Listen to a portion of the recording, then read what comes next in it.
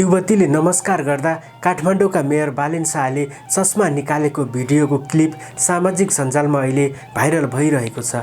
चलचित्र लाज शरणम हेर्न सुटुक्क सिनेमा हलमा पुगेका बालेनले धुर्मुसको प्रशंसा गर्दै गर्दा पछाडिबाट एक युवतीले बालेनतिर हेरेर मुस्कुराउँदै नमस्कार गरिन्। बालेनले उनीतिर फर्किए पनि नमस्कार नफर्काई अर्कोतिर मुन्टो बटारेर कालो चस्मा लगाएको भिडियोमा देखिन्छ। आफूलाई सम्मानसाथ अभिवादन गर्ने युवतीलाई बालेनले इग्नोर गरे भनेर अहिले सामाजिक सञ्जालमा उनको आलोचना भइरहेको छ। तर यसको वास्तविकता भने अर्कै रहेको छ। खासमा दीपिका खनाल नाम गरेकी ती युवती बालेनलाई देखेपछि नमस्कार गर्दै तस्बिरका लागि आग्रह गर्छिन्। बालेनले हात जोडेर नमस्कार नफर्काए पनि मुखले नमस्कार भनेका थिए। तर भिडियोमा आवाज भने क्याप्चर भएन, कतिपयलाई भ्रममा पर्न गयो। बालेनले चस्मा लगाइवरी दीपिकासँग फोटो समेत खिचेका थिए।